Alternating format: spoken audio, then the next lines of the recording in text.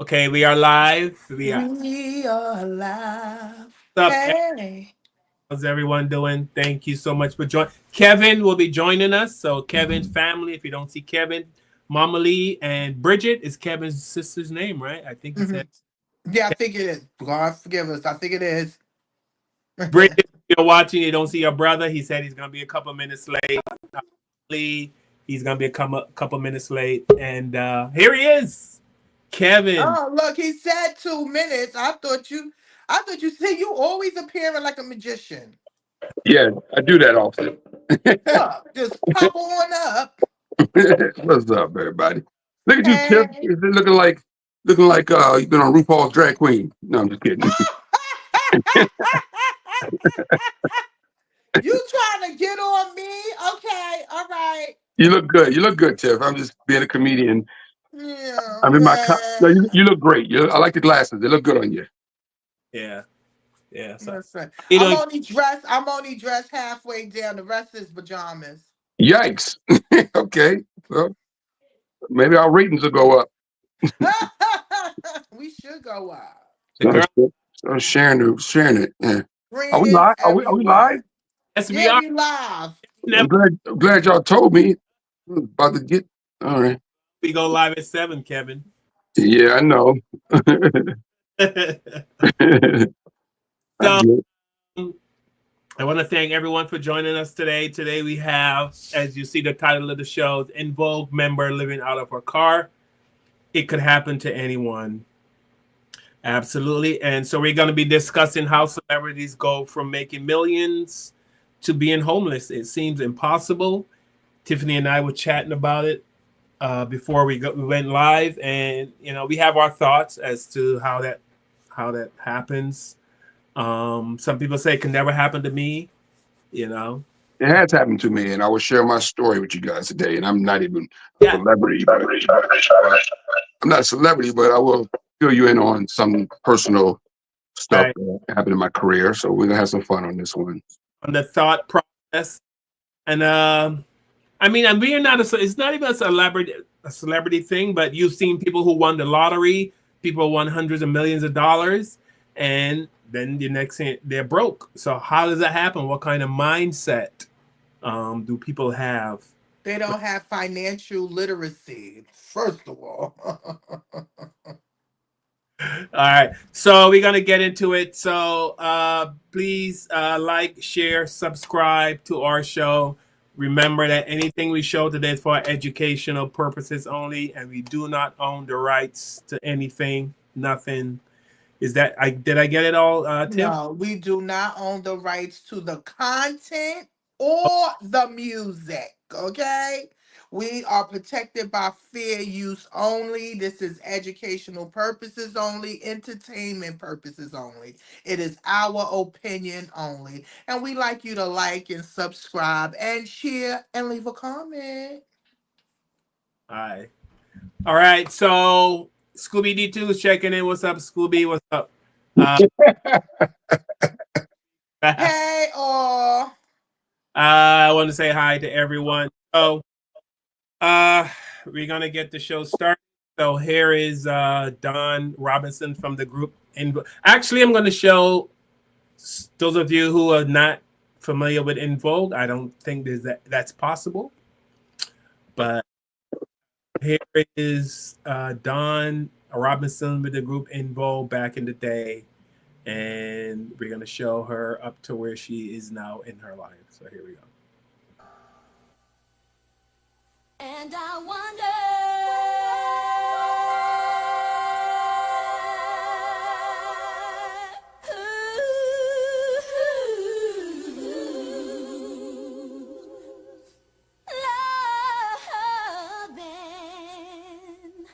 you.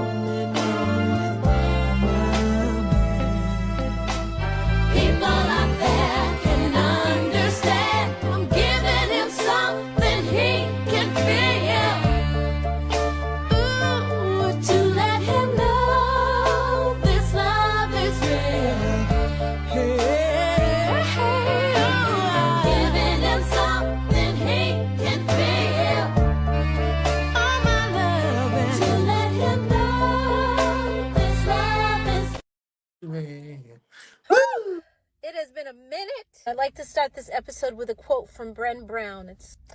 Bren said, being vulnerable is not a sign of weakness. It's actually a sign of courage, because you show up not knowing the outcome. You show up not knowing the reaction people are going to have and what they're going to feel about it, or how you're going to be judged.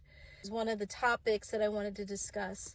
And people are like back and forth with me over this whole time, like, well, you shouldn't talk about it because you're a celebrity, and what if they judge you? And I'm like, okay, what if? It's real, and it's okay. It's like, part of being human is to be vulnerable. And I've always been honest too. That's the other thing. I'm like, why stop now? I'm not going to change who I am. I think that's what a lot of people love about me. I hope that's what you guys love about me. You guys, for the past almost 3 years, I have been living in my car. I said it. Oh my God, it's out. I've been living in my car. Oh my gosh. I was living with my parents in Vegas, and that was wonderful until it wasn't. I love my mom, but she became very angry, and a lot of her anger she was taking out on me, and I was her target all the time. And I was like, I can't deal with this. Like, I respect her too much. I didn't understand it. I still don't. And it hurt me. So I was just trying to figure it out, but I couldn't. You can't read someone else's mind. You can't figure them out. They got to figure themselves out. So I was like, let me get out of here. And I was sleeping in my car for maybe about a month in Vegas. And then the guy that was co-managing me at the time was living in LA. And he said, you need to come back to LA. I told my assistant one day, I have been researching car life. There's a whole community of people that live in their cars. Van life, car life, RV life. I loved what I was seeing. I just thought, wow, these people, I could do that. I could do this. I got to Malibu, and the music on the radio was Avant, Sailing by Avant. This version was like perfect timing. It was so beautiful. It was the moment the sun was going down, it was setting, and it was just like I was filming, and it was beautiful. So it was her choice to be in the car. I saw somebody send a message and say, Jermaine, Monica, all of y'all, can y'all put some money together to help Dawn out? From my understanding, for her to speak on it the way she spoke on it, she was basically saying that she saw other people living in their vans, living in RVs, and she welcomed the idea of doing this. Somebody said her choice or limited options. Did y'all see that video with Dawn Robinson, former lead singer of En Vogue? Hold on to your love. Never gonna get it, never gonna get it, never gonna get it. Y'all remember, right? Hot group. Late 80s, early 90s. En Vogue. Living in her car for the last 3 years. Homeless. Then we wonder why, like, today's musicians are like, nope, I want my publishing, I want my digital streams, I want everything. They be fighting for it. It's a shame some of our icons, some of the artists of the 80s and 90s who made all that good music, and we were buying actual CDs and vinyls, actually buying them. Y'all remember New Release Tuesday? You go to the... All right, this is how a group can sell 10 million records and be broke. And everyone, get ready to do your math. When we first started out, we were kind of cocky. Okay, there are 100 points on the album. TLC had 7.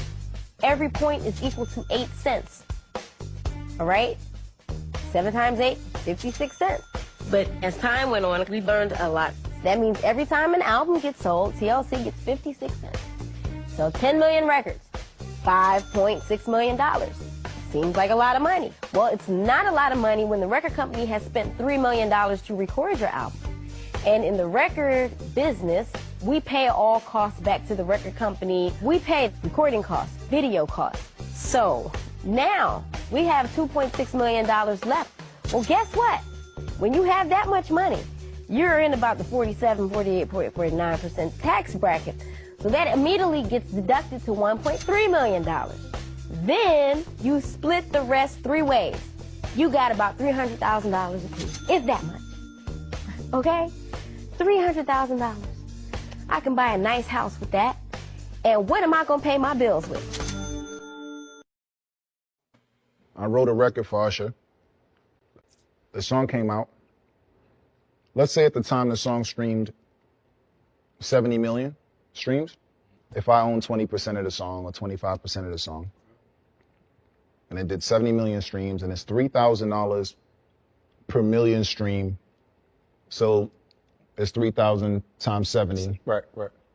So 210,000. Spotify collects the streams, and then they pay the publishers. There's a fixed percentage on the publishing side based on the relationship between Spotify and the music publishers. So that $210,000 that song made had to be bust down. My take on that 210, my take home was probably $1,500. And I went, this is how the math worked. It was this simple. Look, it was this simple. If I'd have put that song out myself and only had 3 million streams, I'd have made $10,000. So I stopped giving records to artists. I'm like, I could give you this record and you could fail and I can get a percentage of your failure, or I could take 100% of my failure and I could take that to the bank. Right. You might get a deal for $3 million and you got to pay taxes on $3 million, but you walked away with 1.8. But you got to pay $3 million, so you got to think about that 1.5 that you spending, paying that for taxes. Now you balled out. Now you got to get another check to make up for the last check. Now you working check to check. Yeah, the check's big, but you working for $1 million to $1 million checks.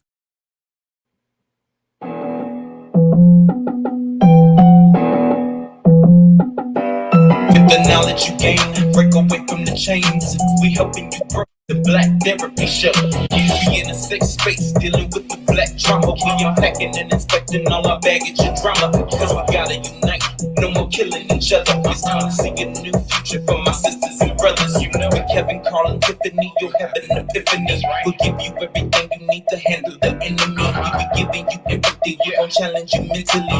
The right conversation so you grow exponentially. We built your penitentiaries, we built all your schools. Gave us brainwash education, just making us fools. Hatred was what we got in exchange for love. No more manipulation from my God above. No, it's Carl, Kevin, and Tiffany. Now welcome to the Black Therapy Show.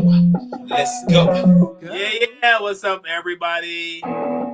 Thank you for joining us here on Sunday. Today we're talking about how celebrity and resident celebrity is going to tell us how he went from making 500 million to now driving a Bronco.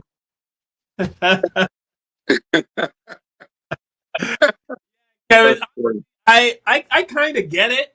I was telling Tiffany before we went live, and I'm sure you've seen the same thing when you get a taste of being a celebrity, and I had a little taste, and I'm no Kevin, you also, when you get in that, you feel you want to present a certain image, yes. But I was telling Tiffany, I've done shows, you've done shows, Kevin, where you get standing ovation, pictures. People are saying, man, you're the funniest person I ever saw. How come you don't have a TV show? You should be, there's all these accolades. You know what I mean? And and you walk out, your head's like this, and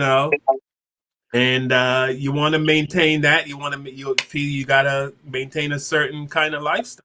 And I was on the lower level, so I can't imagine what it's like for someone like Don Robinson if you're in a huge group. And,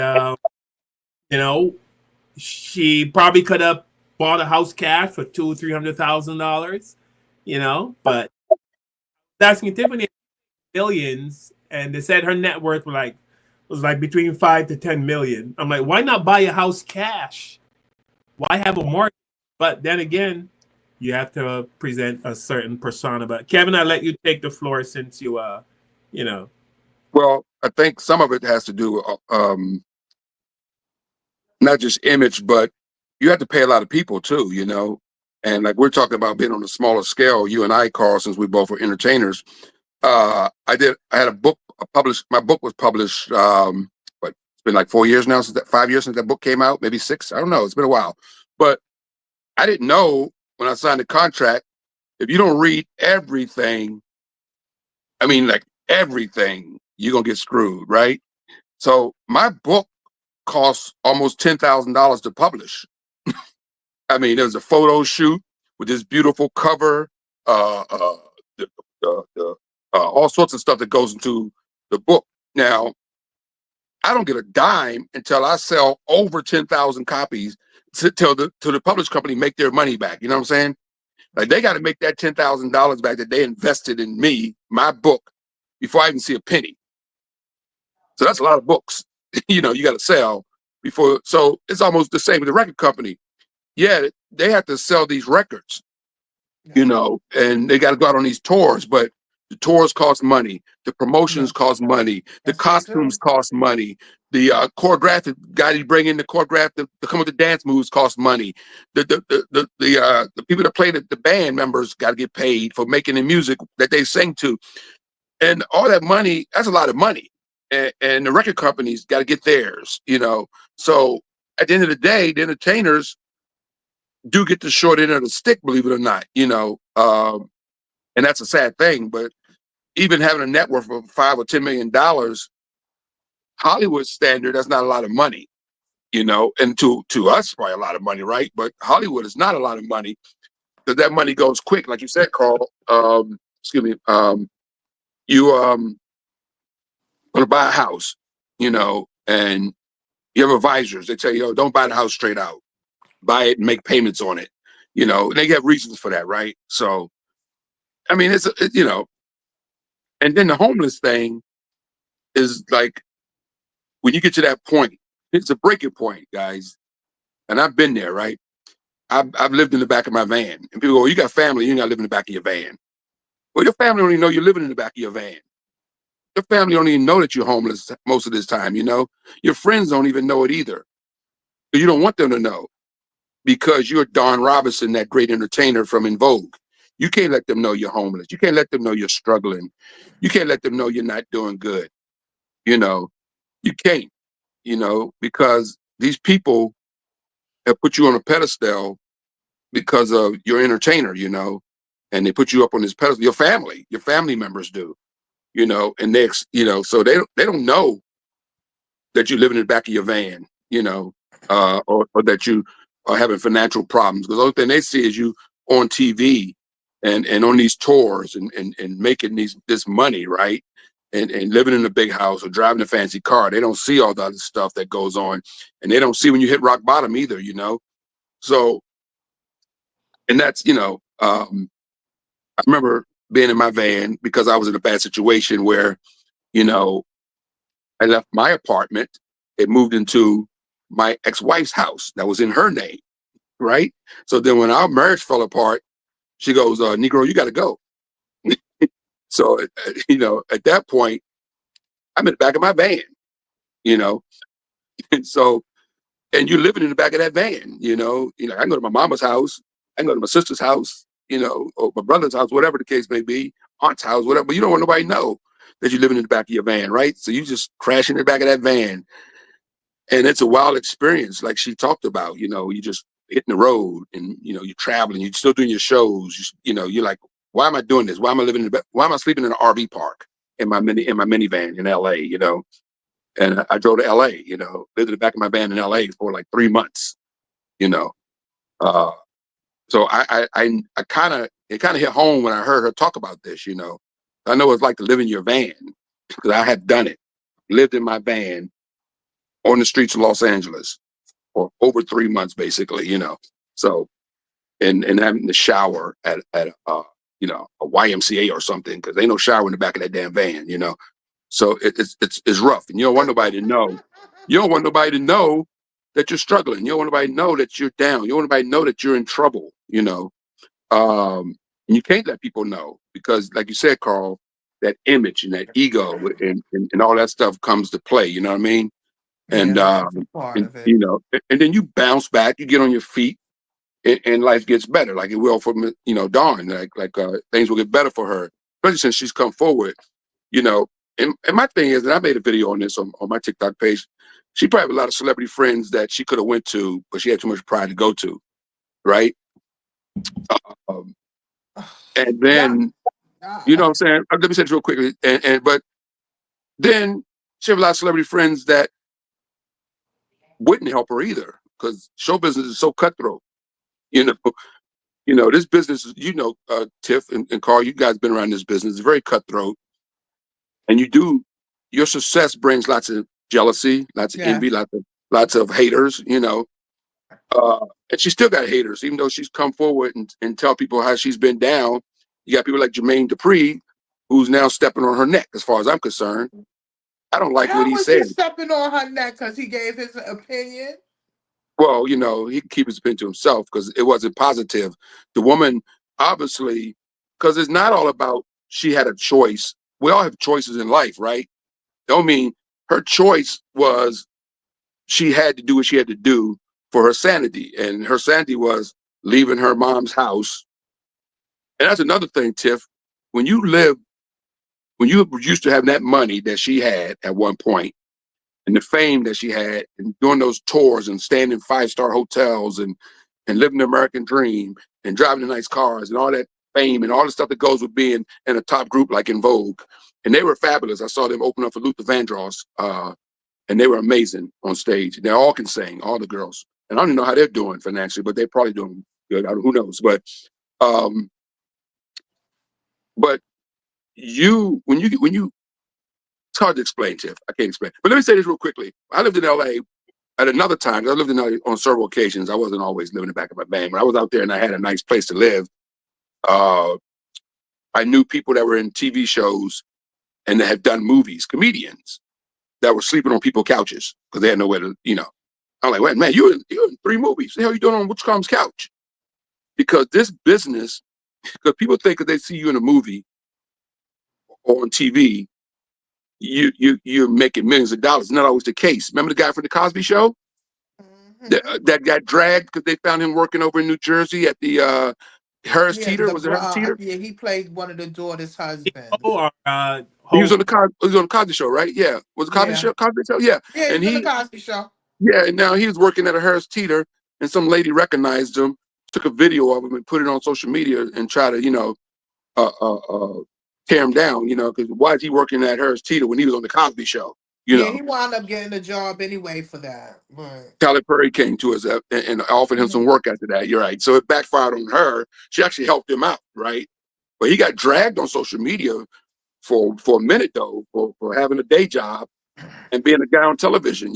So people who don't know this industry and don't understand it, money comes, money goes. You run through No, money, you make a lot of money, you run through a lot of money in this business. listen, Cap, I get it. I understand it, but I'm sorry. She's a female. We sitting on a gold mine, darling. Okay? We should never, ever be homeless or not having what we need.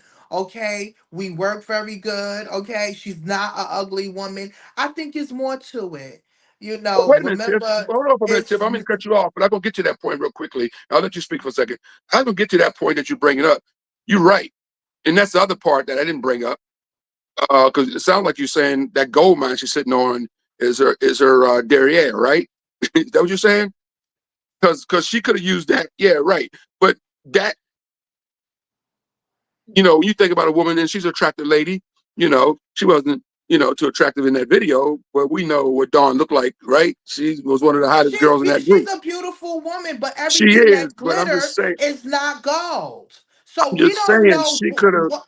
right? I'm just We saying don't. she could have used her body I'm to not to saying, to listen, she's a beautiful woman and beautiful women get far, okay? And she could have used her beauty and maybe her to be able to. I'm not sleeping in no car. I'm sorry. I'm not going to sleep in no car. Another thing, it sounds like that, God forbid, hopefully I don't have to, okay? I want to put that out there because I know it's right, people right. out there that are suffering and people that made the choice to sleep in their car or have the van life or have the RV life or living off the grid. Some people like that because it's less stress less bills. You understand? You know, sometimes you just want to go with the flow, and I get it. But I think in her case is that, remember, she was with En Vogue. She's not with En Vogue no more. We don't know why she's not with En Vogue anymore. And then she was a part of another Lucy Pearl. group. It was Lucy Lucy Pearl. Pearl, and she Yes. was there for almost only thing but a year. You understand? So it has to be something more going on with Dawn. Also, did you hear when she was like, "Oh, I've been in my car for 3 years." I finally said it. She has been keeping that secret. You understand? Because I'm telling you, I really don't think that's just on that the industry did her wrong. I think that Dawn didn't make a lot of proper decisions in her life when it came down to her business. And like I was telling Carl, I don't understand where a lot of these celebrities, this is how, well, I don't know if you saw Mr. Mackey came out and said that most celebrities are chosen. They choose them because they are controllable. It's no way in the world that she should be homeless. En Vogue was the bomb. I know she got some big checks. Why But they never Tiff, gave? a lot of Why they times never these got forever homes? Why Tiff, they never got something they know they can have forever? Because Hollywood do not last forever. It does not last forever. You can be up one day, and then in the next day your party's done. You understand what I'm saying? So I don't think that properly she handled her business. And even these contracts, I'm glad that you talked about that, Carl, dealing with the music industry and for these up and coming artists. You know, you have to read those contracts or you selling your whole entire ass to the industry. And they're going to make more money off you when you're dead. Okay? Because we see it, how a lot of our artists is dying and their music is going up. And who's getting their money? The record companies, not their family members, not the people that they've been working hard, the background singers and all of that stuff going on. So, like I said, you know, I think that she should go see somebody. She said her mother's angry. She got mommy issues. They got issues. You know, because if I was able to stay with my mama, which I take me and my mother take care of each other, but for you to say you have issues with your mom too, no, she's getting older now. She don't need to be by herself on the road. I mean, that's my personal opinion. And the celebrities that's not helping her, she's probably finding out who her friends are and who not her friends. And then you also, we don't know if she was off the hook, and that's why she living in the car by herself because nobody want to deal with her. It's too many questions. Like I have too many questions. I gotta ask too many things because she's, like I said, she's beautiful. She's a celebrity and she's a singer. She can sing. You don't got no gigs. One gig should get you an at least apartment for 2, 3 months to your next gig. Like I don't know. You know, get a job. You understand what I'm saying? She's cute. You know, not I that easy. don't It's know. not that easy, Tiff. It's not that easy, Tiff. It's Like, not that easy. It's not this, that easy, Tiff. this is a video of a actor showing his residual checks. Kevin said, "You think actors are making millions because they're in TV?" This brother shows his checks that he gets from shows he did. Residual checks. And so this is not been opened. I'll just open it right now and see. It's like a mystery pack. This one, I guess, is a better one. This is from a show called Justified. Justified was a show I did, and here's a residual check for it's $123. So that's respectable. That's some gas money, I guess. Now, here is another residual check from a show called The Shield. $39. It's $39. So I mean, I guess you could get some popcorn or something. Okay, so this is a show called Bones, $49. This is the show Backstrom. So this is a show that I was a series regular on. This is a show that I was on the entire time. This is all of the episodes. You see that? All of the episodes. Wow. $59. So that brother is showing. I mean, I don't even know who he is. I never know him as a known actor or anything like that. But those checks look very light, you know. And again, that's all about the contracts that you sign, what you get yourself into. When you are a hungry artist, you're just trying to get yourself into something, so somebody big can be able to see you. You understand? So I understand, but then Tiff, there's a lot of actors and actresses working that aren't household names that make pretty good living in this industry, and a lot of comedians who aren't household names. There's a lot of singers who aren't household. There's people on cruise ships making $1 million a year singing on cruise ships. I mean, there's people in Vegas singing in shows that's making 6 figures a year who aren't household names. So everybody that has a hit record on the radio uh, doesn't mean that you know other artists aren't getting it in. Just so many people out here living, actors. I lived in LA for, like I said, almost 6 years of my life I spent in LA. I know so many celebrities that were living large. I know a lot of people that were on TV shows, like I said, and had some movie roles that was living on people's couches. uh, you know, so I've been around it. I've been around it. I've been around it. I've been in this industry for over 40 years. I've seen both sides of it. And it's a tricky, tight, tightrope thing And that you have that's to a walk. part of the game. And y'all knew this. Y'all knew this when y'all got in this game. Y'all knew Yeah, that we do. Hollywood's going to be tricky, especially for people of color. Come Especially for on. women, because Dawn, we don't know, like you said, I mean, we don't know how many times she turned down the casting couch either. We don't know how many Right. times women like her, attractive singers like her, do go into that casting room and sleep with people so they can, the baby faces of the world, or Jermaine Dupri's of the world, so they could, keep on getting that money sent in. I'm just throwing those names out there, not saying these guys did anything. I'm just saying we know what goes on in Behind Hollywood, closed doors. especially for attractive women. They gonna get, uh, uh, um, we saw this whole thing on what's TLC. Like, I mean, women gonna get it worse than guys. Guys get it. That's You got a why lot. you have to protect yourself. Let me tell you something. Even Misa Hilton. Y'all heard. I don't know if y'all heard of her. That's Puff Daddy's first baby mother. When she went on, she did a documentary and she expressed that she was homeless. I was appalled. Because I'm not going to be sleeping with the one of the richest black men in the music industry and not have a forever house. I don't understand it. You understand? It's not going to work like that. What did you do, or what was you hiding from, or what was going on with you? You understand? Did you find out later on she was in a relationship with Suge? Allegedly, he said it. It was known. You understand what I'm saying? So now you understand why he probably wasn't helping you, wasn't giving you no money, wasn't doing anything for you, and taking care of his son on his own. You understand? So I'm sorry, a lot of women, us women, make mistakes. And a lot of these women are beautiful and they a little bit dingy and they men choose them for this, but they didn't make proper decisions with their living arrangements. Dawn, we've been hearing her sing for years. She's a great singer. She should not be living in her car. Now, if she's living in her car because of choice and it gives her a peace of mind, so be it. Woosah. You understand what I'm saying? But other than that, do not come on wanting us to have sympathy for you when you chose to be there. You understand what I'm saying? It's more peace for you. Now, hopefully, you get some gigs out of this, and maybe you can get you a little studio somewhere where you can lay your head. You understand? Because soon she's about to be was she in her late 50s or something? She's 58. She's 58, and with another couple of years, she could be living in a senior assistant. They can, they have nice buildings and stuff like that. She can come in and out when she wants to and stuff like that. She can listen. She gonna be all right. I'm I sorry that think she has to go through it, but she's gonna be fine. Now, I think she'll after be this, fine. she Yeah, went she'll be fine. viral. She went viral, so she's gonna be all right. They That's a probably check helping her right there. right now.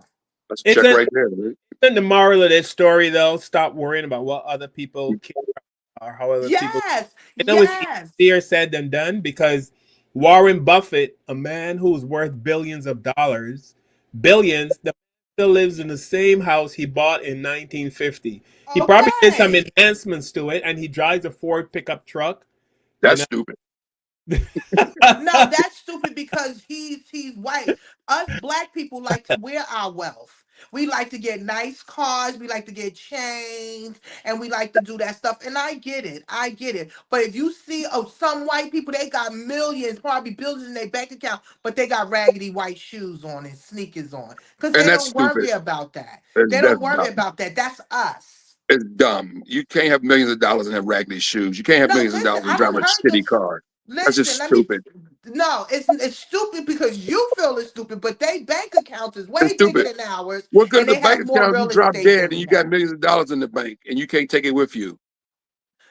They don't care about you. You know they don't care about that. Even Dame Dash said it. Dame Dash said, "I got mad sneakers for every day I can have it." He said, "But his rich white friend still got these raggedy ass white uptowns he's been having for 10 years. He won't change them." So, we look at money and deal with money totally different. I just think Dawn could have been taken care of long time ago. 3 years riding in the car. She probably tired. She probably would have laid a goddamn bed. Go lay down, Dawn, get a massage. Because I heard she was well, how do you say, highfalutin when she was in the industry. They said her weaves was $3,000 to $4,000. They said she was not playing. She was a diva. So, we shout out So to that diva. Jeff Short, our friend from Mississippi, what up, brother? He says, black, like Tiffany said, black people like to wear our wealth. I disagree. Yeah. You Oh, disagree, stop Kev? it. No, Kev, you what? disagree? No, Yeah, Kevin needs to stop. Don't even listen to him. This is why me and him argue I all the time. disagree. I disagree. I think that's just freaking white people rhetoric. It's bullshit. I ain't buying it. Mm-mm. I don't buy it. I don't buy it. I don't buy it. Why? Black, Because you but do buy it and you flaunt it. come on, You Kev, we like see your wealth. it every day. We see it. No, I like to look nice. I work hard to look nice. I don't work. I'm not gonna work hard. And I've been doing this comedy thing for over what 45 years. I've been doing this professionally. Yeah. I, I'm gonna ride a nice car. You damn right. I deserve that because I Well, bust you my ass. know what? You have. I've drove enough shit cars up and down 95, breaking down in every state you can think of, from Florida to South Carolina. I've been towed off of every road in this country. So yes, I deserve a nice No, car. you're 100% But right, especially going through them sundown towns. You but better believe it. the You I've know, culture, been told. I've been told in a few sundown towns where I had no way. Back in the day when there was no cell phones, I was on the side of the road trying to get a ride to a pay phone. That's how long a pay phone. Remember those days, ladies and gentlemen? So yes, I deserve a nice car, and I got one, David. but it's true. But as a culture, though, Kev, black people do tend to wear our wealth. The poorest black people have, what I mean, would go out and, you know. Yeah, I mean, and there's some truth to that, but that's you not. deserve what That's you because got. You worked that's because hard. we have style. It's not because it's like if you go to, I'll bring up the Rolling Stones for example. If you go to the Rolling Stones and you see their concert, they're gonna have Mick Jagger's gonna come out in a t-shirt and some blue jeans and some tennis shoes, right? If you go see Isley Brothers, well, just put a name out there, Ron Isley gonna walk out, wearing a tux that costs a lot of money. Entertainers just like people just like to look good. There's nothing wrong with that. I go to comedy clubs and I walk into a comedy club and I'm dressed to the T most of the time. I love the dress. And my opening act or people I'm on the show with look like they just rolled out of bed. Carl, you've seen it. White boys walk into the club looking like they just rolled out of Well, bed you know, us black folks and don't do that. We make sure some we look dirty good. jeans and a dirty t-shirt and walk up on stage in front of people that just spent $30 a ticket to see you. So I yeah, just told you that. that's so yeah, we like to look nice. There's nothing wrong with liking to look nice. I'm not gonna It's put nothing down black wrong people with that it, like to look but nice. look at the young lady that her boyfriend and her daughter just died, right? This girl is on IG with her GoFundMe money, allegedly, having it on her ear, dancing and stuff. I'm not dancing to the beat of nothing while my daughter and my baby father are cold in the ground or on their way to the Right. ground. You understand what I'm saying? Like that stuff, I just don't get it. How are you having 50, 60, $70,000 chains on your neck, but you don't got a house or a Well, window yeah, or that's nothing? stupidity. That's You stupidity. understand? Yeah. That's what I'm saying. Like, I just think that us as black people, we do not manage ourselves properly, especially when it's dealing with financial literacy. It's really sad. And we have people like our sister Dawn and other people that become homeless or they don't have nothing no more. Everything is gone. They never invested. They never said, listen, this could stop. That stuff is not promised for us. That thing comes to an end. It comes to So an end or it slow down. But part so of it isn't part of it that black people are trying really hard to prove to the world that we, even though we might not be, but we want to prove we've been held back so much. We want to prove to the world that we are doing really good. So we go out and we spend money that we really don't have, but we really want to prove to the world. Look at me. Look at my car. Look at my chain. But I meanwhile, don't, I don't think that's the case, Carl. I, no, It's the case I don't, I, in I just some don't think I don't cases. think that's the case. I In just some don't. you don't think that a cases. lot of black people are out there? I mean, trying to prove to the world Yes, because trying to keep up with the right, Joneses. Yes. we are looked at as not, you know, our culture. People don't like our culture. They don't like us. They don't want us in the neighborhoods. That's why we move to white neighborhoods. We want to live amongst white people to show them, hey, I'm doing just as good as you are. I can move into your neighborhood. So we take it's not about the clothes, but I mean in general, we seem to want to prove to the And, world that we're doing really well, even though we might be doing okay, but are we doing mhm. well? I mean, if you're making 10,000 a month, but you're spending 9,000, you know what I mean? Yeah, On other stuff to, that's not a good But thing. regardless, like you say it, we would never be them. We would never be them because this world is run by them. So we would never, I don't care how much money. As you see, many people that have a lot of money and where they at right now in jail. Or you understand? They're being saying that they're doing things they've been doing. It's too much. It's like regardless to what us as black people, we have to work extra hard. Yeah, but we Right? so what's the ceiling like? For example, um, Miss Angie Stone, who, by the way, Tyler Perry paid for her funeral. Shout out to Tyler Perry for paying for gave her a beautiful homegoing service.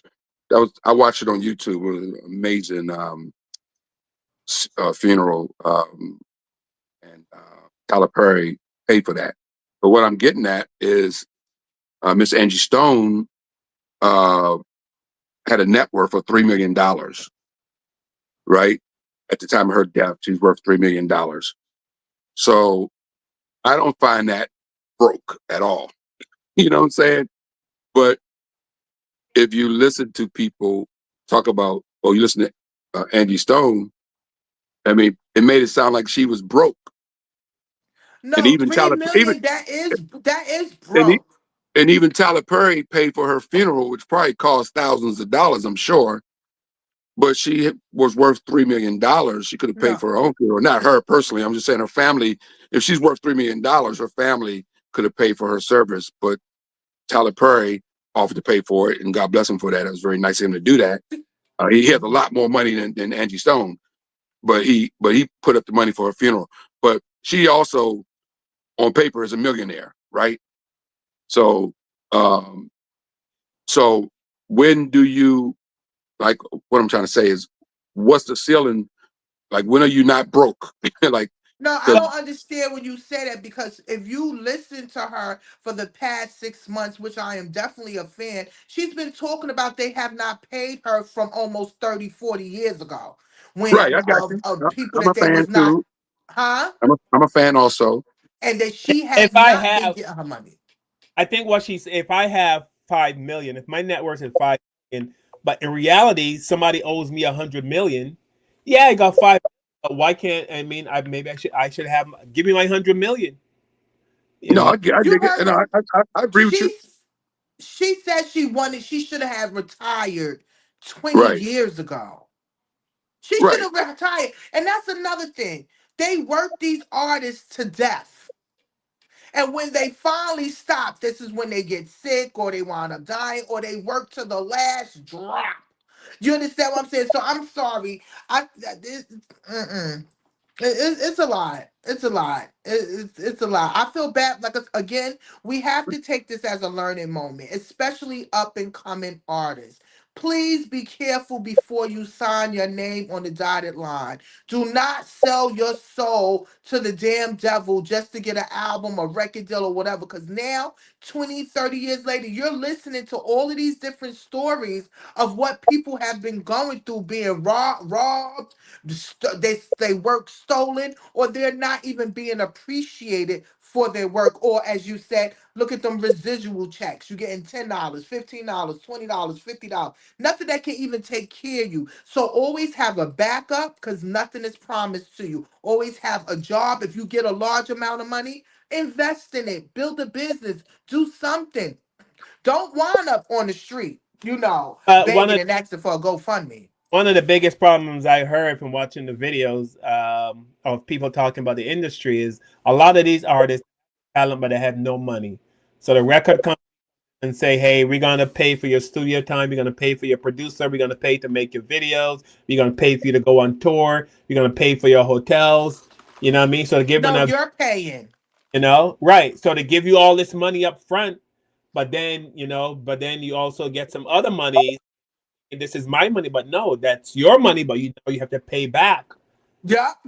A lot of people forget that they have to pay back the record company. They have to pay the producers, and they have to pay taxes. So, Yeah, that's it's what happened with Mason and Diddy, right? And Diddy's like, I gave you $5 million. You only did one album, so you did one album, and I gave you $5 million, so you owe me. And that's where that beat started, right? He's like, I gave you $5 million up front. You did one album. And you telling me I robbed you, So yeah, it's a crazy business, man. People put their It's money up very for crazy. you. They put this money up for you, then you got to produce. And then they want their money back, And then they Even want if it it's back even, doubled. even if it's a little small comedian like Kevin Lee, they want that 10 grand back they put into that book. You know what I'm Yeah. saying? It's all about the contracts. And even look at the one with Monique. What they told Monique, yeah, we're doing a stand-up comedy special for you, but you can't work in 3 years. You can't go on a stage, you can't do any of that. Monique's husband said, no, my wife can make that same money that you was offering us if Excuse- on the streets when she's working.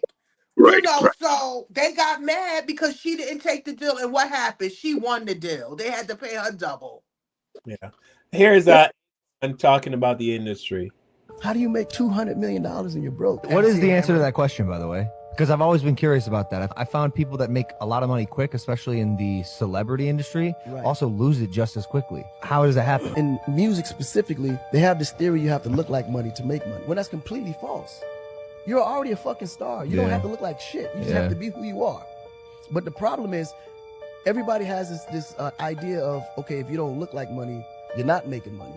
Yeah. So you spend your money on all these cars and jewelry and houses for MTV Cribs and kind of play this facade that you're successful. I think the idea of success is fortune in actuality, right? Yeah. But the problem is, if you don't understand what success really is, which is freedom in my eyes. Everybody's different what they believe success is, but freedom covers every sector. Long as you're free to do what you want, when you want to do it, and how you want to do it.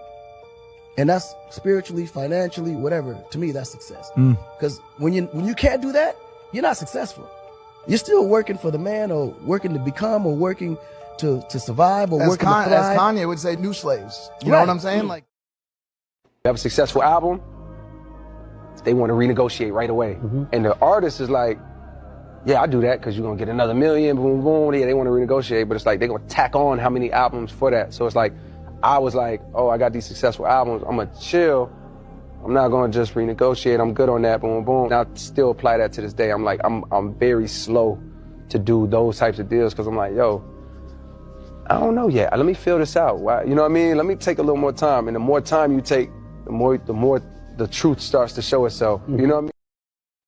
My manager saw my record deal and said, this is a record deal. I had to spend my own money auditing my label because millions of dollars are missing, and you can tell when millions of dollars are missing. Of course. I put at least $30 million in this man's pocket or more. Right. And he owes me money, and he's up billions. Right. Him or his company. Right. I sold over 50-some million records. I was one of the top selling hip hop artist between 2010 and 2020. I was in the top 10. Right. Sold over 50-some million records and earned a certain amount of money. Right. I worked my ass off, bro. I still haven't gotten this money, bro. Right. First of all, who's that last guy? Because I had no idea who he Big was. Sean. Big Sean? Mm-hmm. Where did Kevin go? I don't know, somewhere looking for some Yeah. I don't know. Is there a song that Big Sean put out that I should know? Like, he did a couple of songs. Big Sean did a couple of songs, but I know who he is. He's with this girl named Naomi. She's another artist, but I don't want to torture their names. But a lot of artists got jacked in their contracts. And as you saw, we had our conversation with Professor Griff. They got insurance on these people. They all get paid when these people die. And it's just because you signed your name on that dotted damn line. So again, you got to be careful, on when you're doing it. And this is why you have a lot of independent artists today. They would rather do it on their own than be dealing with the big record companies and stuff. And the record companies have their little minions, because if you listen to what Angie Stone was saying, it was people that was working there that they told her about or something like that, and all of a sudden your music is missing. Nothing was documented, nothing was put up. So you have to watch yourself. It's a very cutthroat industry. Jay-Z said it. He said, being in a place full of wolves, you have to learn you have to survive. yeah, and it's almost like the people, like, nobody's gonna learn from the previous artists. Like, it just keeps happening. I mean, like, didn't anybody learn anything? Like, No, they don't learn because they are chosen. Mackie said that. What's his name? I think he just made Captain America. He's the first black Captain America, or he's the Captain oh, I America. know who you're talking about. Yeah. Yeah, he put up, and they say he just because he talked about it, he's in a lot of trouble for that. He said a lot of these celebrities are chosen. They'll look at them. No, we want them. That's A it. lot I of want them. entertainers are desperate too, Tiff, because Mhm. you put a lot of entertainers put all their eggs in one basket, so they have to make it in this industry. When you Mhm. finally see somebody in a movie or TV, I was watching a soap had a commercial one time. They were doing a laundry detergent commercial, and I was telling Patricia, I said, that girl in that commercial has probably been in the industry for a long time before she landed that Yeah, commercial. that's what Mackie said. He been You know doing what this I'm for a saying? long time. Hmm. So yeah, you've been in this, doing this, grinding for a long. Ain't no overnight success. It happens once in a while. It's a rarity, but Hmm. overnight success in this business is not. So you see a guy that gets in a movie, and you're like, oh man, where this guy come from? You're like, oh, he's been out here grinding for like 40 years. He Yeah. finally got a break in a movie or a TV show, and then he's making a couple $1 million. But yeah, I mean, but most of the people you see on TV or in movies, and It's you see been new down for a faces, long time. and you Yeah. see new faces, like you watch one of the new sitcoms on TV or something like that. You know, where this guy come from? I've never seen this actress before, this actor before, on this new show on CBS. But then these people been out there grinding on Broadway and doing all sorts of other Doing stuff you other haven't jobs. seen, not getting paid and working for shit gigs and stuff like that. So yeah, I mean, it's a crazy industry, crazy business, and you know, when is enough though. Like we said, Dawn was making like $5-10 million. Her net worth at one point was $5-10 million. $10 million is a lot of money. I don't care what spin you put on it. You make the right investments, and you're gonna be okay. That's the way I see it. So, And yeah. listen, my industry is like that Excuse also, me being again. being a beauty artist. We bust our ass, but you'll have people that ain't been in the industry as long as they'll go further.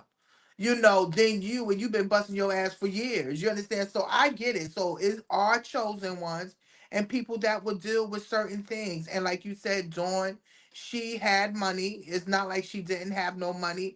It's either she chose to live this life or something is really wrong, and and nobody wants to work with her. She don't work well with others. You understand? That's what I get. It's either one of those. She chose to live like that, or she can't work well with others. Well, I don't know her personally. I can't judge her on that one, but it could be that Wait a tip. minute. You said you know her No, I personally? said I don't know her personally, so Oh, I I was gonna can't say. speak on that. I don't know. She might be hard to get along with.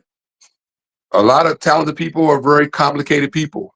You know, uh, Artist. she was with En Vogue. She had an issue with those girls. Something happened between that group, and she left the group, went to Lucy Pearl. But then she was talking about what you call him? Was the lead singer from Tony? Uh, You talking he, about Raphael Sadiq that just lost his brother Dwayne Wiggins? yes, Raphael. She said that he was taking money from her, and he owes her money, and he was stealing money from her. So, Again, a girl was not looking at her contracts. A girl was not watching her paper. A but girl that was not happened. But being on it point. don't even matter. You're still supposed to pay people, right? See, we get all No, caught up you're in. supposed to, but you got to make sure they pay you. Yeah, well, he obviously didn't, according to her. But then we've seen this with. Security. But we've seen this with Pebbles, right? Pebbles and her husband at the time, Babyface's partner. What's his name? You talking about Reed? Yeah, L.A. Reid. They were stealing millions of money from their artists. You know, they were taking millions of money from their artists. You know, and Well, especially TLC when they was sleeping with her husband. I would have yeah. been not giving them no money either. Y'all want to sleep with my husband when I just gave y'all an outlet? No. I mean, all of this is alleged, but they put it on tape that this was going on. But anyway, so Sound like the husband had some problems. yeah, he was a womanizer. He was having fun. He probably got the most attention when you got into this music industry. You got to remember, a lot of these people For the ain't never record, get they for ain't the never record, get none of this attention. That all of a sudden they get some dollars and put on a good suit and a good watch, and all the ass is jumping on them. well, he was stepping down because none of them girls as fine as Pebbles was. You know what? Listen, Pebbles was a nice looking girl, but you know them young tenderonis, very aggressive, and they probably was like, on poor little Reed. He was done. He was like Pebbles. But And that's still her Babyface, husband. She got money from him, so yeah, regardless. they robbed those girls blind. Yeah, well, they At the end of the again, day, right? They we robbed them have blind. to make proper choices. Yeah. We have to make proper choices. And if you can't make proper choices, please find someone that can help you make proper choices because you will mess yourself up. You will really mess yourself up, especially for the future. All right, we're gonna. Kevin sent me this video of Jamie Foxx Ooh. about before. I mean, I know we don't want to get too. We want to stay away from the Trump talk, but should black people be? Because now they're protesting. They're going to Tesla. Like now, white people are angry about what Trump's doing. Should we be joining them? No, No, no, no, no. We've done our work. We no. put the work in for years. We've been putting the work in since the 50s and the 40s and the 60s and Yeah. we've been putting the work in nonstop. It's time for them to march and protest on their own. And they're looking what they're out there burning down Tesla dealerships and vandalizing Teslas. And matter of fact, the mainstream media is not even covering a lot of it. It wasn't for social media, we know this shit was going on because Yeah. CNN and MSNBC of the world aren't even showing half of this stuff. But there's thousands of people protesting every day. Elon Musk Teslas and they're attacking these dealerships. I think one in New York was shut down completely. Yeah, I saw that. Yeah, shut down That, completely in New York. So that's people are white on pissed white off. crime. We don't People are need nothing to pissed do with off. that.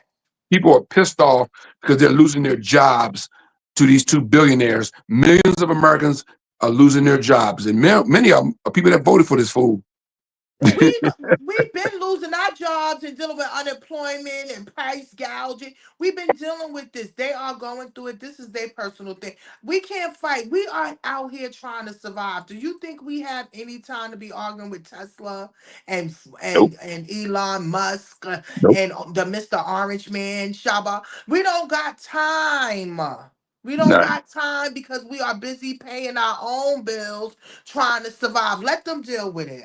Like I told y'all, once Trump won, I didn't want to talk about him no more because we already Well, know we're something not. is But brewing. you know what? Also, it's not safe for us to protest Thank you. That's while another he's in thing. office because they want martial law on our asses so bad. And if Yes. we go out in these streets like we did in 2020 for George Floyd sort of protest, you're going to turn the National Guard on us. You're going to turn the Army on us. Yeah, we can't do none of that. That's why I'm staying away because we don't need our ass to be hosed up, bitten by them. They're gonna dig up them German shepherds to come bite our asses or get all their ancestors. No, I'm good. We keep our black behinds in the house. Let that white on white crime go with them. Okay, we do not care what's going on with Teslas. Yeah, because I think they thought that what Trump was going to do was going to affect black people and black people only. Yeah. I don't think it's only black people to spare anybody that's not from this country. Right. They They thought, thought. yeah, I mean, the white people that are protesting now, they didn't think what Trump was going to do was going to affect them. You know what I mean? They were hoping that it was just going to affect people who don't look like them. Why they didn't think it's more of them than us. Y'all Yeah. get more benefits than we get. You understand? Y'all get when I heard that white girl up there complaining about her food stamps and all the money she getting, and she got 7 kids by 7 different baby fathers. You like, wait a minute, you talking about us as black people? No, y'all need to check y'all trailer trashes out there acting up out there over their little bit of money. I mean, and excuse me, I can't even say little bit of money. That girl was getting some money for her children.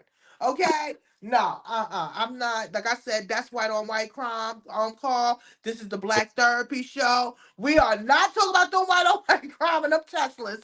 All right. Okay. So here's a video from Mr. Jamie Foxx that Kevin sent. Your thoughts on it?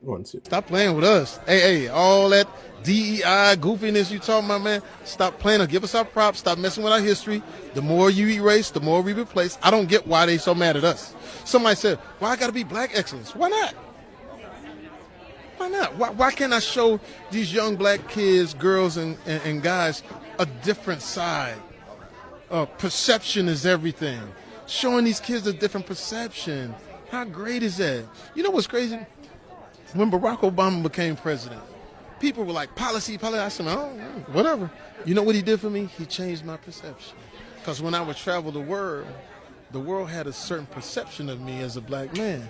But when they saw, and if there's any indication that America is not the most incredible country in the world, and he came up in there with that suit, fly, you feel me? I felt good, and everybody felt good because they love what we do. I know y'all out there bullshitting right now, but y'all love us. Y'all love our music, and if y'all talking about DEI, then give some of our stuff back, like our R&B. Stop playing with us. Stop singing like us. Stop dancing like us. Give us our shit back. No, I'm just kidding. I'm kidding. I'm about to fall my fist. I know. Stop.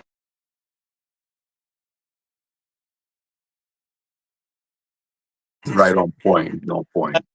Yo. That's funny. He's right though. Yeah. Like He makes me smile. I've been loving Jamie Foxx. I've been a fan for a long time. His singing and everything. But Jamie Foxx is keeping it real. He's telling the truth. If y'all, have such an issue, give us back our shit. Okay? We want to take it all back. We got a book and a list of stuff that we need to get back our stuff. Okay? Especially R&B. Okay? Give us back our stuff. Well, of course, they'll never admit it. They'll never admit. We showed a video of Pat Boone taking Little Richard's music and just singing it like it's his, and just taking the whole song and singing it like it's his, and don't care. No, they don't. Remember what we see. A lot of these people don't see. They don't see any wrong in what they do. They have this sense of entitlement. It's okay to do it. You understand what I'm saying? But it's really not okay to do it, to steal or take from someone, and not give them their due. So, but every dog have their day. It comes back. Yeah. Did you guys know Malcolm X's mom was like hardcore? I didn't know that. What? Malcolm X. First, Oh, Malcolm X. First of all, Malcolm X's mother and father were a part of the Garveyites when they first started out. That's Marcus Garvey. Yeah, I Marcus knew that. Garvey actually opened up the doors for the Nation of Islam, the blueprint of the Nation of Islam. He came there and had his people, had the people in uniforms and everything. She actually, if I'm correct, she was actually one of the secretaries or something dealing with the Garveyites. But what happened was Malcolm X's father was killed. He was killed by either Ku Klux Klan or something like that. And after that, his mother had a nervous breakdown. So his mother wound up going into a mental hospital later on in her life. But he had an aunt that was off the hook. And I think, if I'm correct, oh my gosh, Mr. Smalls, Dr. Smalls. He is actually a historian. He actually was her bodyguard for years that took care of her and stuff. And she was actually funding Malcolm X for years for him to go around and do all of these talkings and speeches and stuff. Her name was Ella. His aunt name was Ella. I think if I'm correct, it could be his mother's sister, and they took him on after they had to put the mother in the hospital after the father was killed. But yes, they were very heavy into the revolution of black people. Yes. okay. I saw this video. This sister talking about Malcolm X's mom. They love to tell us about Malcolm X, the fiery speaker, the fearless leader, the man who shook the world. But what if I tell you the real revolutionary in his family came before him? Meet Louise Little. She wasn't just Malcolm's mother. She was the first teacher, the first activist, and the first fighter in that household. Louise Little wasn't born into struggle. She was born into revolution. She was the daughter of Grenadian parents who believed in Black pride and independence long before it was a movement. She was fluent in English, French, and Creole, a journalist and an organizer in Marcus Garvey's Universal Negro Improvement Association. She raised Malcolm and his siblings to be self-sufficient. No begging, no waiting on white America to give them anything. She taught them about Africa, about Black nationalism, about dignity. She and her husband, Earl Little, fought for Black land ownership and economic freedom. And for that, white America made her a target. After Earl was unalived in what was almost certainly a racially motivated unaliving, Louise tried to hold the family together. She grew food, worked multiple jobs, refused to accept government assistance. But the state didn't like that. They declared her insane and took her children away. They locked her in a mental institution for 25 years. Her real crime? Being a strong Black woman who refused to be broken. And Malcolm? He never forgot. His mother's teachings became the foundation for his own movement. The world saw Malcolm X, but what they didn't see? The fire that was lit by Louise Little. They erased her because they didn't want us to know the truth. That Black women weren't just supporting the movement, we were the movement. She wasn't just Malcolm's mother. She was the revolution before the revolution. And the fact that we're still learning her name, that's proof of how dangerous she really was. Say her name, Louise Little. Yeah, I didn't know that Malcolm X's mother was. Yeah, they started out with the Garveyites. See, and she didn't mention that either. She should have mentioned that. He was the father and the mother was a part of the Garveyites. Mm. Are people aware that Trump is erasing anything black? Uh, Anything black? Anything at all? I mean, I think they said even anything in the White House that has pictures. There's Kevin sent me this video of there's uh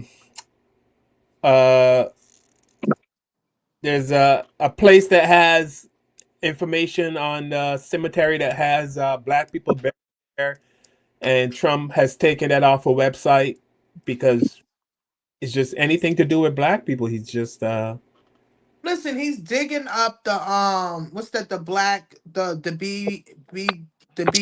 BLM sign in Washington D.C. They digging it up and putting new street. And are y'all surprised? I don't understand why everybody is surprised. We only been having this revolution for these past 10, 15 years, fighting for black people and stuff like that. They don't like it. And I'm not surprised they digging it up. Yeah, But here. we still, as black people, need to still teach our children about their history, regardless to whites, you know. Yeah, here's him. Here's a story on the Black BLM Plaza that they're actually digging it up. It's just crazy that they're spending probably hundreds of thousands of dollars to dig it up. Before you show this video, okay. Go ahead. No, I was going to say, people from all over the world came here when they visit Washington, D.C. They go to the Smithsonian's and all the museums and stuff, and the capitals and the monuments. They also went to that Black Lives Matter Plaza and took pictures. I remember meeting a guy in the Bahamas. I'm sorry, it was a lady in the Bahamas that worked in one of the shops there I was shopping in. And she asked where I was from. I said, Washington, D.C. And she said, oh, we went to D.C. And one of the things she said was she took a picture at the Black Lives Matter thing, you know. So people travel from all over the world to come and to D.C. And one of their stops was to go take a picture in front of this BML thing, man. And the time that I was Get down that there goddamn BML out of here. This is a and the white time I was nation down out there, here. it wasn't just black people though. White people came and took pictures in front of it. Yeah, because they wanted to give back to the black people. I'm sorry. I took a picture in front of the Black Lives Matter. You matter. Well, no, I don't. I mean, well, okay, Tiff. Tiff think all white people are racist. Go ahead, play the video. Most of them are. Okay. I know you're not talking. Your timeline was lit. Whose timeline? Both of y'all with y'all little white friends. Lit up. Where did I put that video? You can dig up concrete, but you can't erase history. We're not going to be erased. I'm here to mourn the destruction of one of our brightest symbols of the black resistance. Trump 1.0 was the resistance. Trump 2.0 is the acquiescence. And to see it destroyed because of capitulating to Donald Trump is beyond insulting. It was one way of letting us know that our contributions matter, that our black lives will always matter.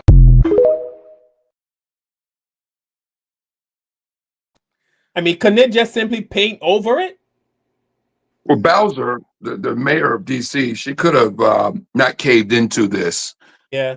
They were like, oh, we're going to hold millions of dollars from you. First of all, that's the nation's capital. How the F you going to hold millions of dollars from the nation's capital? But even if he threatened her with that, you take the L, and you let your people know why it's happening. You can't give into that. She shouldn't have gave into that. She should have fought harder. She should have said, I don't care what you do, Mr. President. We're not taking that up. She gave into She's that. not going to do that. Stop it. You know the Republicans is running this thing now. Everybody is kissing the goddamn orange ring, okay? Everybody. She didn't have to do the it. goddamn ring. They are not going to not listen to him because he said it. I would take away funding. Now, what they could have did was painted it all white. Or they could have painted it all black, but I don't know why they doing that. But again, I'm not surprised. I'm not surprised if it's going. They told y'all when they was going to get it up. So y'all should have went and took y'all pictures and got your asses and move out the way because they want their white country back. They're turning into what they call Liberty Plaza, which will be probably the American flag, and a bunch of white people going to come there and take pictures. So you're right, Tiff, on that one. Most of the time, I'm right. No, you're pushing it. You're pushing it. I'll let you off the hook because I love you, but you're pushing it. Hey, Nicole Cole said a friend of mine told me that they took all of the history books out of the schools down here in South Augusta, Georgia. A lot of the teachers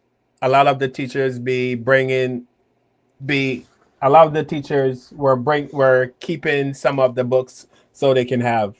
So a lot of teachers been keeping the books that they're taking down. I mean, like What do they think? We're just going to forget anyway, even if they take the books out of the schools? They think people I'm just telling you, they do not want the white children feeling sad. They Yeah. don't want them feeling sad about what they dirty great grandparents did to black people. So that's why they're taking it. But I'm not, are y'all surprised? The no. South are the Dixiecrats. They are Southern. They do not like any of that. And again, parents, teach your children at home. We have Amazon, we have books, we have bookstore, black owned bookstore. You teach your children at home. We don't need them to help us teach them. We should, to be honest with you, they feel like we should be lucky we let them give us education, okay? Because if you listen to some of the white people, especially in the South, they'll tell you, didn't we give them education and free food? Why is they complaining for? No.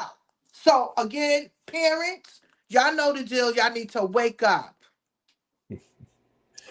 All right.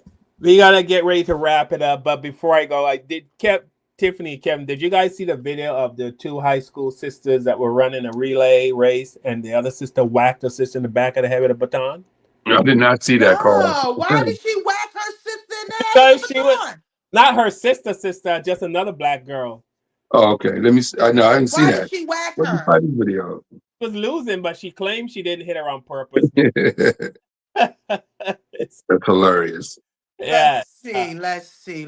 All right. So yeah, let's see. I'm gonna play several videos so because she said she didn't do it on purpose. Let's see.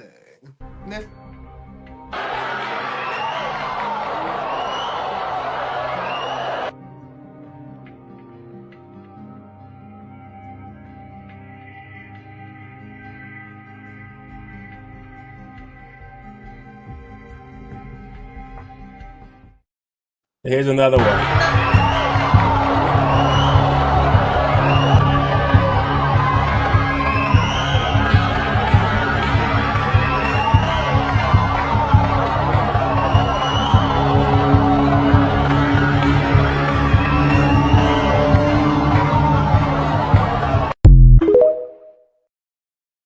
That was some Tanya Hardy stuff. Remember Tanya Hardy? Remember Tanya Hardy? Wait a minute. Here's the girl that hit the other girl. Listen. We stand with you. That's why we here. We stand with you. We support you. Thank y'all for supporting me. Because nobody else wanted to hear my story except for people that know me and people that know I would never do anything like that. I would never harm anybody. I'm not a fighter. I'm not even confrontational. I wouldn't even do that on purpose. And I thank y'all for believing in me, and I love y'all.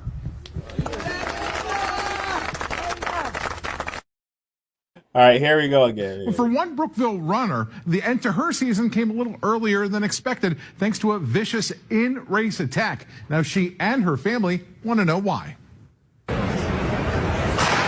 There's no doubt Caitlin Tucker loves running track for Brookville High School. I'm very competitive, so I like racing against people or like winning a title and stuff like that. Already in the Class 3 state finals at LU, Tucker set a new meet record in the 55-meter dash. Now things were looking good for the Bees Junior in the 4x200. Her mother, Tamara Tucker, had a front row seat to the action. We're used to watching her just pick up where there's any slack. So as she was coming through the curve, I was like, I'll tell my husband, I said, she's doing what she do. She's going to be all right. They're going to get back where they need to be. So on the back curve, I had kind of got cut off and I tried to pass her the first time. So I let her go ahead. So I knew like when I got fully on the curve that I was just going to have to push through and pass her. Then out of turn 4, a strike with the metal baton to Tucker's head sends her reeling. Officials immediately disqualified the team from IC Norcom, but the damage was done. I still can't believe it. I'm still in shock. Like, everyone's texting me, checking up on me, and I appreciate that. But, like, I'm still trying to take it all in. I can't believe it happened. Tucker's now dealing with the effects of a concussion and a possible skull fracture. Now, all the Tuckers want is an apology and an explanation. Why did you do it, and why haven't you apologized yet? Now, Tamara Tucker says she spoke to the VHSL on the phone today, who says they are investigating the incident. I've reached out to the VHSL as well to ask about their investigation. We have not heard back from them as of yet. Now, in addition, everybody everybody has feelings. So you're physically hurt, but you're not thinking of my mental, right? They're going off of one angle. Alayla, visibly emotional. Got stuck behind her back like this, and it rolled up her back. I lost my balance, and when I pumped my arms again, she got hit. But I know my intentions, and I would never hit somebody on purpose. Racist slurs, death threats, all of this just because of a 9-second video. Now, I don't understand track and all of the rules, but she explains that Kaylin apparently came over too soon, and apparently that contributed to the hit. I don't know, but Kaylin said she felt the effects of the hit almost immediately, and very quickly after it happened, she got a really bad headache. Here she is with her mom, and they say they have yet to receive an apology from anybody, from Alayla herself, from the school. Y'all, I am so sorry that I keep talking about this, but the situation just keeps getting worse. Like, this girl just had a homemade press conference with her family to talk about what happened. Like, her family was there, she was crying, her supporters were in the crowd listening to her, and during her speech, she said something along the lines of, "I'm not a fighter, I'm not even confrontational." And when I heard that, I thought to myself, there wasn't a fight, there wasn't a confrontation.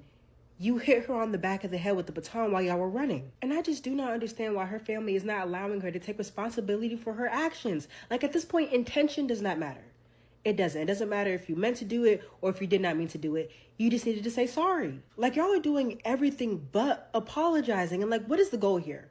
Like, what was the purpose of this makeshift press conference? Like, was the goal to have the victim? So the girl said she slipped and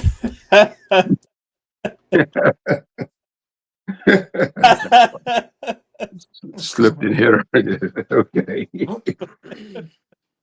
She lost her footing, and that's what happened. And that's her story, and she's sticking to it. She lost her footing. Now, listen. It is a possibility. I cannot say it's not a possibility. It looked crazy to us, and it probably was not even that girl intention. You understand? Remember, we're not runners and we're not track stars, okay? So we don't know what was going on. And she said the way she turned the corner and she must have missed that. What's going on? It just looked like she said, "Move, bitch." You know, but I'm gonna be honest with you. We don't know, and they are right. If you didn't mean to hit her, just apologize. Give her a public apology and say sorry. Somebody did get hurt. You know, somebody got hurt. So, Dad, be careful. You know. Her parents should have made her go out there and apologize, admit she hauled off and whacked that girl in the back of the head. Yeah. And admit. Now, are they a part of the same team? I don't know. So those is questions that I need answered. Did she whack her because she was her competition? Did she whack her because she was a part of her team and she was taking too long to take this goddamn baton? You understand what I'm saying? Like, I like to ask questions to find out what was going on. But the way she's giving it, she did not whack her to do that. I'm gonna be honest with you. That wouldn't have been good for her anyway. If she would have whacked her, you get disqualified. You lose everything. She did get disqualified from the race. Right. So I don't, if she cannot control her emotions or whatever the case to be, she shouldn't do track. But if it was an honest mistake and she really didn't mean to, hit the girl upside the head, that I'll shit try was to give it a crazy. benefit of the doubt, but if I was a lawyer, that's a tough one to defend. Yeah, it is a tough one to defend, but I mean, like I said, I don't know who is they on the same group or what's going. Why would she just come out of nowhere? It could have been like she said when she made that turn, it was like bam. It's the angling. And you lose your footing, you fall to the ground, as far as I know. But again, we're not track stars. We're not out there running. It's not like it's me and you and Kev out there running and trying to do the same thing she did, because I'm not doing it. But something happened. We don't know. It could have been malicious, and then it could have been very innocent. But again, I pray the girl is all right. Let me take one more look. Nobody's gonna believe me because I can admit From the video, it does look purposeful, but I know my intentions and I would never hit somebody on purpose because of jealousy.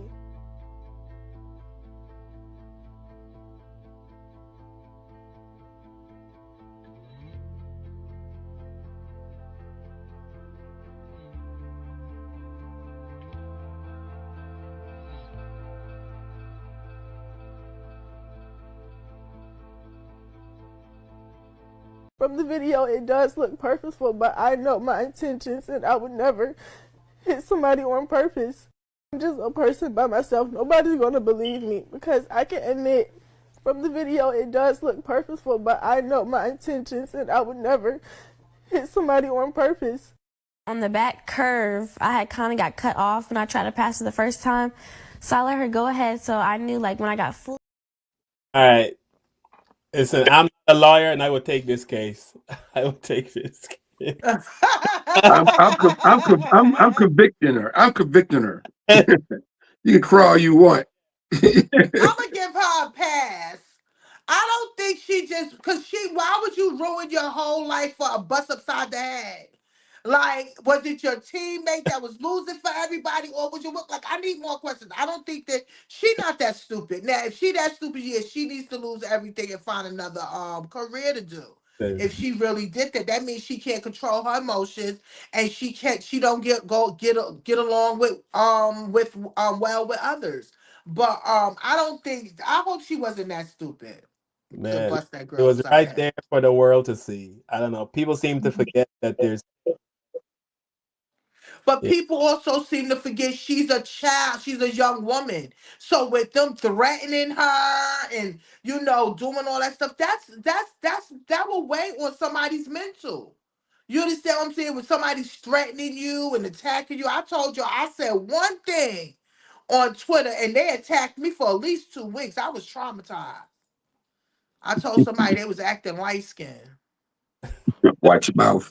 I'm telling you, I got harassed for 2 weeks Yeah. straight. I was called nigger, go back to my country, die, bitch, die. It was ridiculous. Just for that light skin joke. So Glendine, what up, Glendine? Glendine Carter says she didn't hit her on purpose, but she hit her intentionally. Yeah. What? Intentional. Wait a minute. That's just, wait a minute. Wait. That was a good one. She said she didn't hit her on purpose, but she did hit her ass. Yeah. Yeah. That's deep. One question is Scooby, wait a minute. Somebody needs to put one question is what would you say if the woman that hit her was white? Well, it would be a whole different story. Oh, it would be a whole different story. You know that, Scooby Yeah. D too. You know we have issues. This is America. If the girl that hit her was white, it would have been there would have been protests, there would have been streets would have been shut down. Yeah, because black people is coming out. This whole show would have been about that. But this happened with 2 white girls. Remember Tanya Nancy Harding. What's her name? and Nancy Kerrigan. Tanya Harding, Nancy Kerrigan, the figure skaters, yeah. Yeah, so let's talk about that. Since And that was a big story. That was a huge story. That was a big story. And it happened before social media was big too. There was no social media when that went down, as you can remember. Yeah.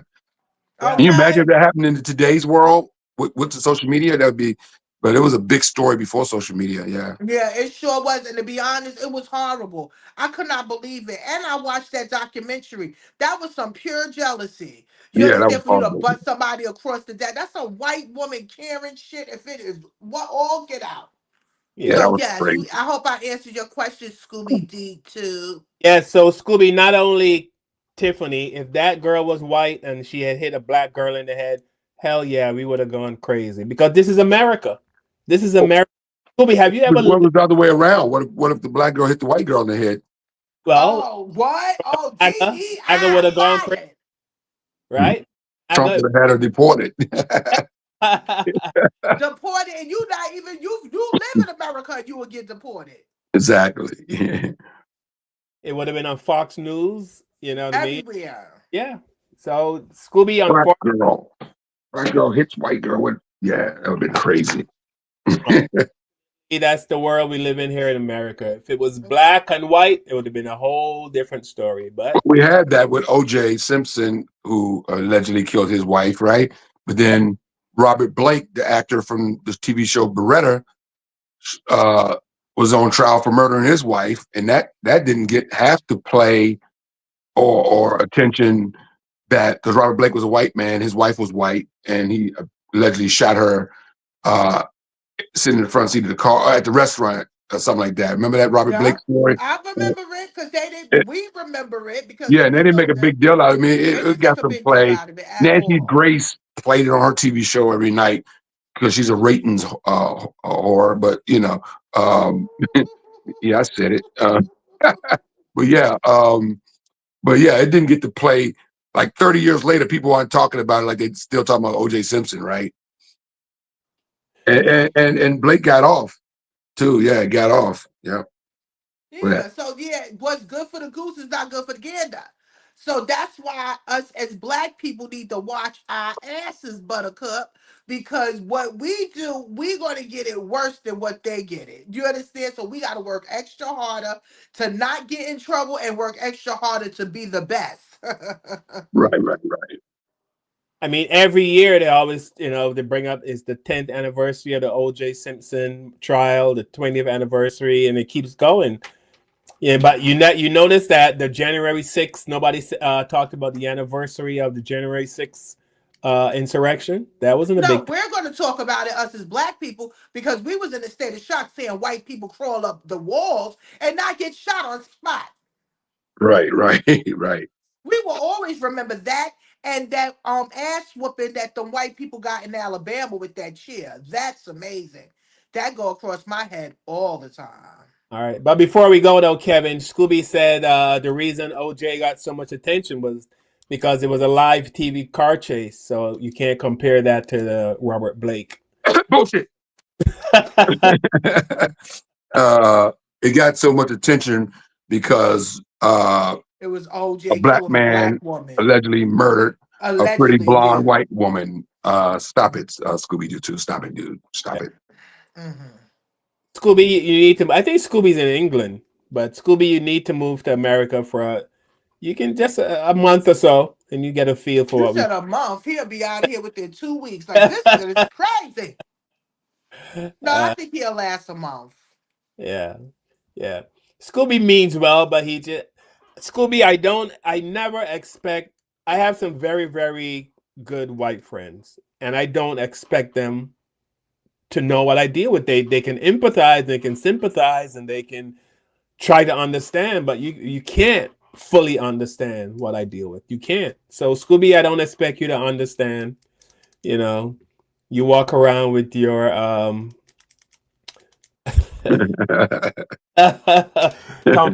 product protection, as they say, or your somebody describe white people as a freshly washed chicken. Oh my gosh. So your skin protections, you would never know what I deal with. So I get it. I understand. I absolutely do not expect you to know what I deal with. And I don't. And we don't understand their walk of life either. Exactly. So, it's all good. All right, so we're gonna wrap it up. So before we go, Tiffany, anything you learned or you want to share before we go? What I have learned is if you choose to live, because they do have this this tiny living community. They do have it, okay? It's not like they don't. But if you feel like you need to live in a car or RV, live your best life, but however be safe. And don't blame everybody for you living that way because everybody has choice, especially somebody like Dawn.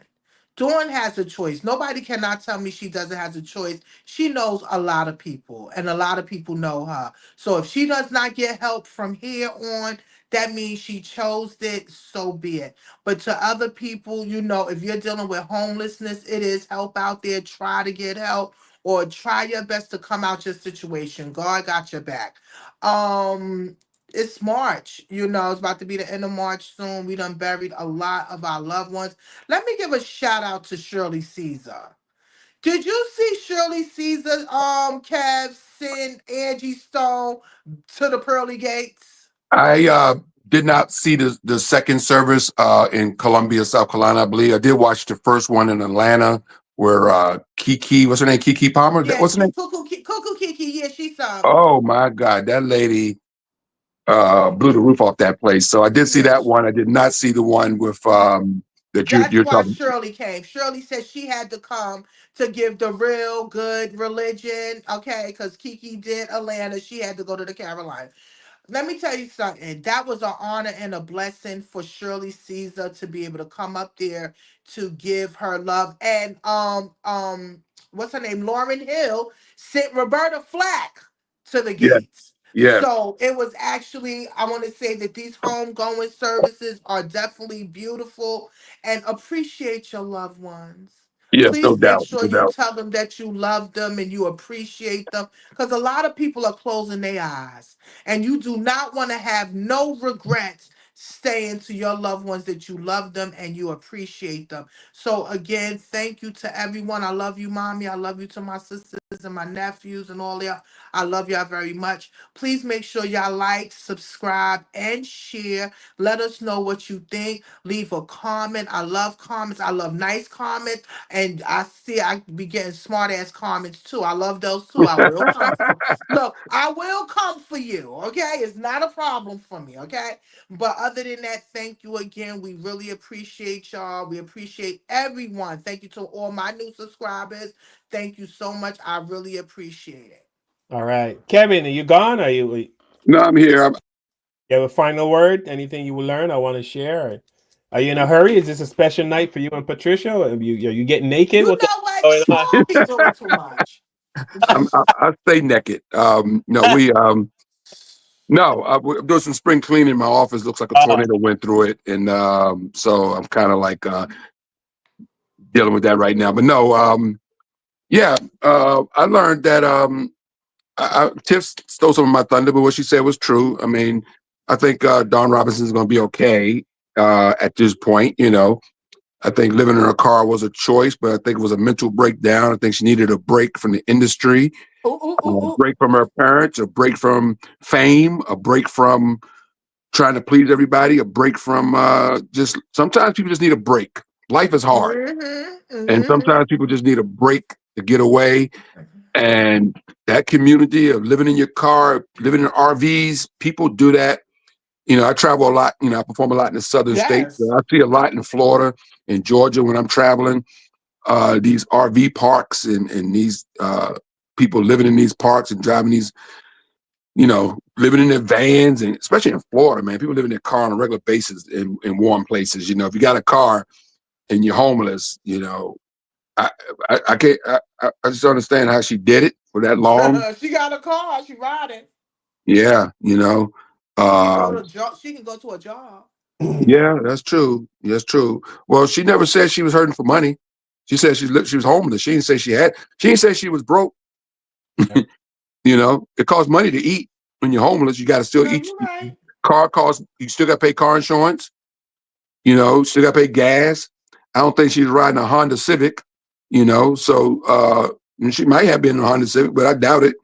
So, you know, being homeless in a BMW and had to pay that car insurance and that car note every month if you don't own the car, well, she may have owned the car at this point of her life, you know.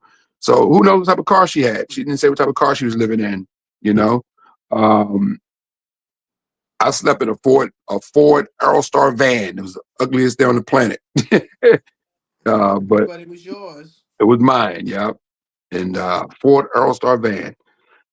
Yeah, so no, I wish her the best. I suspect she's gonna be okay. She's probably gonna get a YouTube channel, a TikTok page now, get After this, right? thousands of followers that want to hear her story. I suspect the Tyler Perrys of the world will reach out to her, and the Oprahs of the world will reach out to her, and she's gonna be okay financially if she's not already, but she will be okay. So and hopefully she still got her voice and she can cut an album or CD or whatever, and people can come out and Yeah. listen to it. Say. And we need to stop worrying about what everybody else thinks about us or how they feel. If they're not paying our bills, who gives a hell? Okay. And there's lots of homeless people in America that don't have fame, don't have what Dawn has, and that's X Fame or whatever. And there's that's a home of people who weren't at one point worth $10 million. You know, they're veterans who fought, you know, in our wars and for our military and stuff like that. And so she's lucky in the sense that, you know, she's going to be okay. But a lot of people are homeless, don't have cars to sleep in. They're sleeping on cardboard boxes and other things, you know. So yeah. So hey, it is what it is. She'll be okay. On the whole the Don Robinson thing, some people just prefer the simple life. You know what I mean? I remember there was a story back in the 90s with this Wall Street executive who was making over $200,000-$300,000 a year on Wall Street, and he quit that job, gave it all up, bought a hot dog stand, and sold hot dogs. Wow. And he said it was the happiest time of his life. He didn't have any stress. His life was not complicated. You know what I mean? He was just happy selling hot dogs. Of course, all his friends and family thought he was crazy because why would you give up making that kind of money to sell hot dogs? But some people just live. Some people just get to a point where some people build a cabin in the woods. Remember the guy that had the hit song back in the 80s, Shake You Down? What's his name? Gregory Abbott, wasn't it? Yeah. He did the same thing. Yeah, he did the same thing. He had that hit song, which he never wanted fame. He made that song in his basement, and one of his friends took it to the radio station, and it blew up, and he became this overnight sensation with that song. He put out another album that had another hit on it. But he walked away from the music industry because he never wanted fame and fortune. He never wanted that. He was okay. People don't want that. They just love to do their art. And when you start to interrupt the art of what you love to do, what happens? You shut down. You don't want to deal with that. So he didn't I want get that. it. Right. He didn't want that. And his friend said, said, that's a great record. He took it to the radio station. They played it. And next thing you know, they played it all over the country. There's no one on the charts, right? And he was like, oh, shit. Now I got to do a video. Now I got to do this. People coming at me for this song. And they want me to perform places on Soul Train and everything. But he didn't want none of that. He walked away. He made some money off of that, but he walked away. You know, after a couple of years, he walked out. You ain't heard from him since. Yeah. That's like selling your soul. Some people that say they don't want to sell their soul. Exactly. So yeah, you're right, Carl and Tip. Some people don't want that fame, and he made a little money off of that one song, and walked away. So you know, wherever he's at, he's living his best life. I'm sure. Yeah, some people just enjoy the simple life, the simple things in life. You know. And the comedian Franklin Ajay, didn't he move to Australia or something like that? He moved to Australia. Yep. Something crazy like that. Yeah, he moved to Australia and you know, doing his thing over there. You know, just got out of America.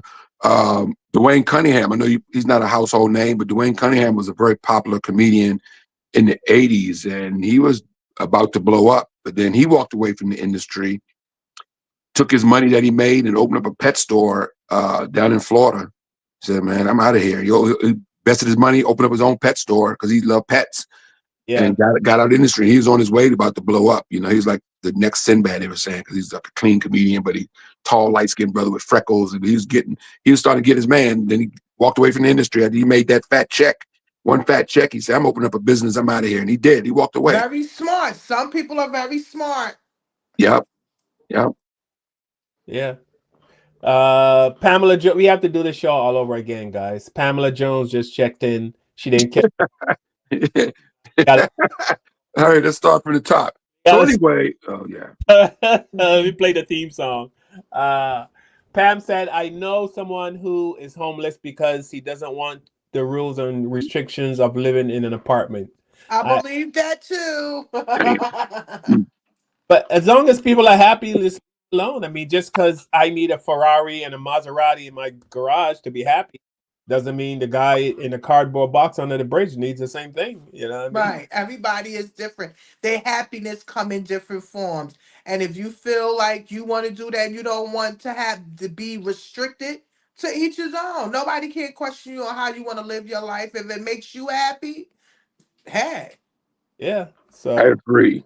Now let's end this show. I need to go outside and polish my cars. You know what? You can. All right, everybody. Thank you guys so much. Kevin, you know, I love you. Love you, man. Thank you to Pamela Jones for checking in. Scooby D2, thank you, brother. Nicole Coates.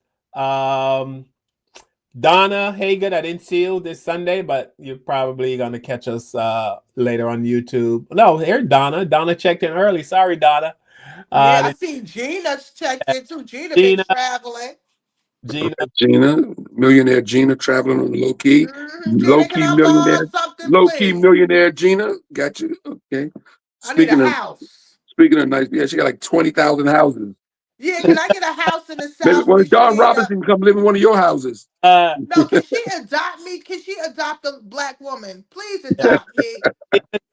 Gina claims she's not rich. Yeah, okay. All rich people claim they're not rich. Yeah, And that's how you're supposed to do it. Exactly. Us black people, we rich. I got $1 million in my bank account. No damn well I don't got no goddamn $1 million in my bank account. Thank you to Jeff Short, highly favored. Thank you for checking in. Thank to everyone. We were live on Instagram. I didn't see the numbers on Instagram, but I just started our channel over on Instagram. So well, thanks for letting us know. Appreciate it, bro. Thank you, Paul. Thank you. We really appreciate that. Thank you. Yes. Oh, by the way, if you're jogging tonight or tomorrow, don't hit anybody in the head with a pipe. Okay. Plop, plop. Don't make a mistake. The girl lost her footing. That's what Okay. She lost her footing right upside that bitch head. All right, guys. She's a very good actress, though. You must say that. Very good actress. Listen, somebody's acting. All right, everybody. We see you guys next Sunday. All right. I gotta go spend some time with my babies. Hey, say hi. Hey, what's up, bro? He got you twisted his hair. He's getting dreads. What's going on? No, that's Athena. That's not Angelo. Oh, that's not. Oh, I okay. knew that wasn't Angelo. Hi, That's Athena. How you that's doing, a baby? girl. Hi. Oh, I didn't realize. Oh. What's her name? Athena. Athena. Athena. Yeah, that's Athena. All right. So Is now that you a got grandbaby? Yes, I do. Up there. Yeah, that's my grandbaby. Go ahead, Grandpa. That's right, Grandpa. Remember grandpas when I was a kid? They were old and gray. They weren't handsome like me. Bye. All right, See y'all next week. Bye. Peace and love. With the knowledge you gain, break away from the chains. We helping you grow the Black Therapy Show. You in a safe space, dealing with the black trauma. We unpacking and inspecting all our baggage and drama. Because we gotta unite, no more killing each other. It's time to see a new future for my sisters and brothers. You know, with Kevin, Carl, and Tiffany, you'll have an epiphany. We'll give you everything you need to handle the enemy. We're giving you empathy, we gon' challenge you mentally.